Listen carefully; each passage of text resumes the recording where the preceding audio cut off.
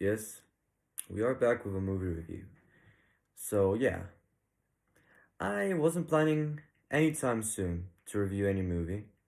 I'm absolutely truthful to you. I had no intentions, before today, of course, to make a movie review on this channel. I just wasn't feeling it.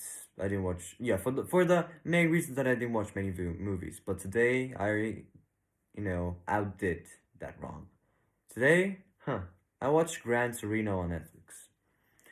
So you look, the first thing you're saying right now, if you made it to the 40-second mark of this video by some chance, you're saying, I don't give a fuck what you watched. Because you're a nobody, because you're a piece of shit. Even if I don't know you, you still are a piece of shit. And yeah, you think all the negative things. And look, I had to deal with this before. Somebody in comments asked me, well, I don't give a shit about your opinion. So stop complaining. Okay, so I responded to this guy. Yes, I was stupid enough to respond. I went down. But anyway, I'm gonna tell you how this went. I asked him, if you don't care about my opinion, if you don't give a shit about me, then why are you watching the video in the first place? Unclick it if you want. Dislike the video, do whatever the fuck you want. Literally, YouTube is not a fucking prison. You can come and go as you like. Literally, just if you don't care about my opinion, which is most likely, just don't watch the video. Nobody's forcing you. Anyway, as I was saying, today I watched Gran Torino, a Clint Eastwood starring and directed by him as well movie. Yeah, This was really shocking for me, this movie, because it's been on my radar for the longest fucking time.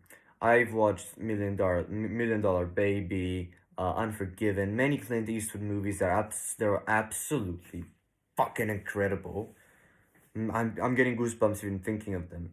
And I said to myself, well, yeah, it's a given for me to watch Gran Torino at least someday. And when I was on this Clint Eastwood marathon, I somehow missed on it. I somehow, out of all the great movies, I just, no, didn't manage to slip on this one. So yeah, today, as I said, I outdid that wrong. And I watched it finally with my dad, by the way. I'm sure he's fucking watching right now. Anyway, um, I'm gonna tell you later on if I like it or not. I'm just gonna tell you the plot of the movie. So the plot is very simple, and I love anybody who knows me. I love focused and simple, plots. Obviously, well made, of course, but still simple to follow, easy to understand, and just quality all around. If you manage to do these three things, then you have made a movie that will appeal to me, basically. So the movie is about Walt Kowalski. He's the main character, played by Clint Eastwood, as I said. He is a Korean War veteran and a newly widowed husband to a wife that passed away. And literally, the first shot of the movie is a picture of his wife at the funeral. And of course, the second picture is Clint Eastwood's aggressively grumpy face, which I absolutely fucking love. When I was like fourth grade, I tried to. I was such a dumb fucking kid. I still am a fucking dumb kid, but still, I went to class like that all day. I wanted to look like Vin Diesel. Vin Diesel, fuck! Did I say Vin Diesel? Shit! Oh my god. Never again. I tried to look like Clint Eastwood when I went to school all day. I was like this all the time. Grumpy looking, angry and provocative and confrontational. Of course, that's the easy way to get bullied in school, believe me. So yeah, never again. But at least I still remember that day. It was fun. Until I got bullied, but still. Yeah. Yeah, I was obsessed with Clint Eastwood when I was younger, to be honest. He had some great movies. And yeah, as I said, never got to see this one. Anyway, move. I'm getting too distracted. Second shot of the movie, his grumpy face, yeah. And pretty much the whole movie starts absolutely on the front foot. I like when the movies do this. Like, they try to want to tell a story, and they fucking do. They do it very quickly, very thoroughly, and very focusedly, and very, to the point, literally. So yeah, It doesn't take long to understand that his family are a dipshit, egoistic, self-loving pieces of shits. Every single one of them, to be honest. And yeah, he hates every single one of them, as I said, and they deserve it. They're just fucking douchebags. His granddaughter is so fucking materialistic, she only cares about herself. His fucking sons are pieces of shit, they don't give a shit about him. They hate him for no particular reason. They're just spoiled brats, every single one of them. Just waiting for him to die, take his furniture, take his house, take every little thing he's got left on this world. These people are so much and so many in our modern world, in our modern society. And yeah, to be honest, some of these people, some of this kind are my family too. But I will not say names, of course. I don't want to get myself fucking cancelled. Yeah, still. These people exist, and you will see them very, very, uh, you'll see them a lot, a lot in life. It's inevitable. It's inevitable. So yeah, his whole family are pretty much dipshits. They don't give a shit about him. They only want what they only want what they're only interested on in what they will get after he passes away, after he dies. So great family to begin with. So yeah, the story starts like this: a neglected, unrespected, hated old man who lives alone now after his wife's death, and he just doesn't. He's not at peace. He's not himself. He's just living alone, waiting pretty much to die in a horribly riddled neighborhood with crime and gangs and all of the provocative shit. But anyway, so he's, as I said, living on his own, but not entirely until I forgot how they, Hamong or Hamong. I'm gonna butcher their name. Some kind of Korean family moves next to him. They become his neighbors, and at first hand, he fucking hates them. Why? Because see, how should I describe it? He's a little bit of a racist. Yeah, let us just rip off the banner. He's a little bit of a racist, and by a little bit I mean a lot. He calls them zipperheads, spooks, and all of the amazing adjectives our English vocabulary has created for us to use in these matters. And yeah, boy, we do use them, especially in this movie. But still, onto the point. After he sees that these people aren't as bad as he thought, he gets close to them. He gets close to one of the girls there. She's very polite to him. She invites him over to the barbecue. By the way, he saves her from a gang of rapists. When he, in one of the most iconic scenes of this movie, he pulled out a gun and he said to them, where's the time when you think about you met a guy and you think about it you shouldn't fucked with?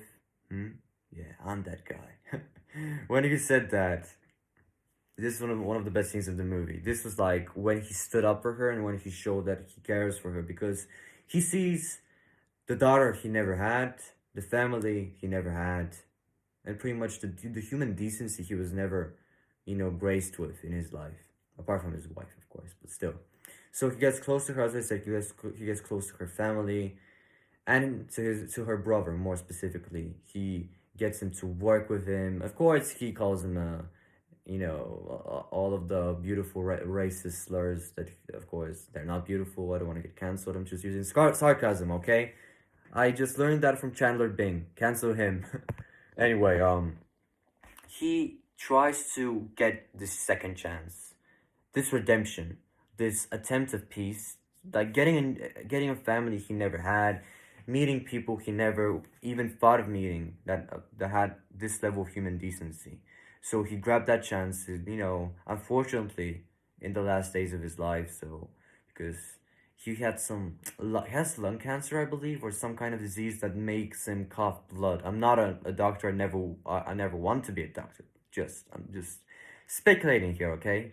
As I said, I don't want to get canceled. So, some Asian gang, some Asian gang that is connected to this family that he's living with next door, is trying to attack them. Family members, yeah, cousins of the boy he is a friend to. They try to attack them. They try to harass them, even raping one of the girls, unfortunately, and beating her up and all of the horrible shit. But still, I don't want to get in details. So, of course, you're gonna think that Clint Eastwood will like you do the classic Clint Eastwood shit, pull out a gun and shoot everybody. You're gonna be in for a surprise then. I'm not gonna tell you the ending. I'm not gonna spoil anything. I just giving you the plot in general. So, what did I think of the movie?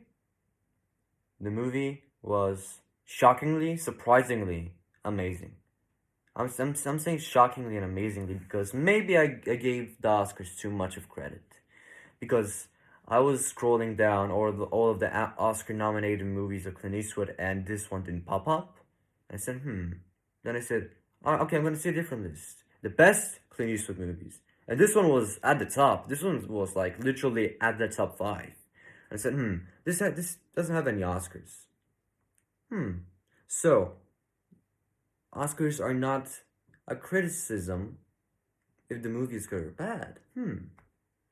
Obviously knew that before. I'm just using sarcasm just to piss all of the Oscar enthusiasts. Fuck you, by the way. But still, this movie has no Oscars and it's still fucking amazing. And at least in my opinion, you may hate it. I don't give a shit. You may hate me. I even less give a shit about that.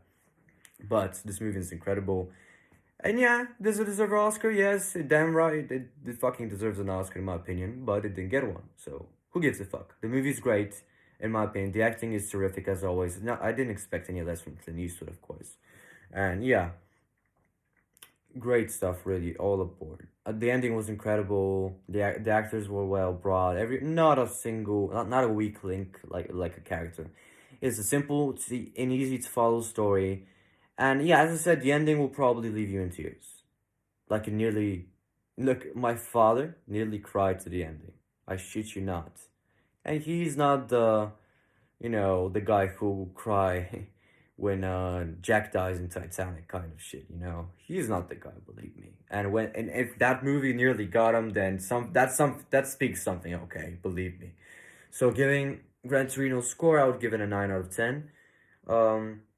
Of course, there's no amazing or gigantic reason for me not to give it a 10 out of 10, but it's just the movie is just too small scale for me to give it that amazing and legendary 10 out of 10 score.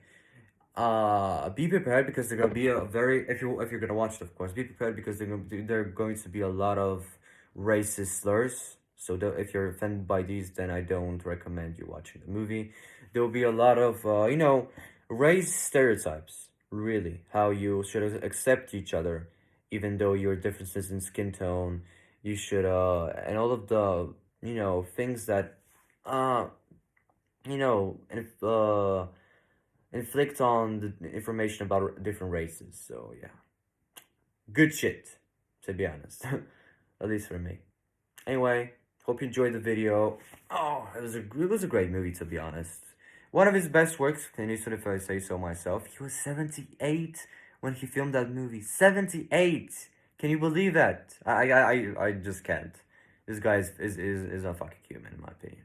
Anyway. Hope you enjoyed. Love you all. And tomorrow I'll post a Final Fantasy VII Remake episode. Yay! Stay tuned to that. So, as I said, I do love you all, even if you don't love me. Too bad. Anyway, stay safe, and I'll see you pretty soon. I mean tomorrow. So, peace. Love you all.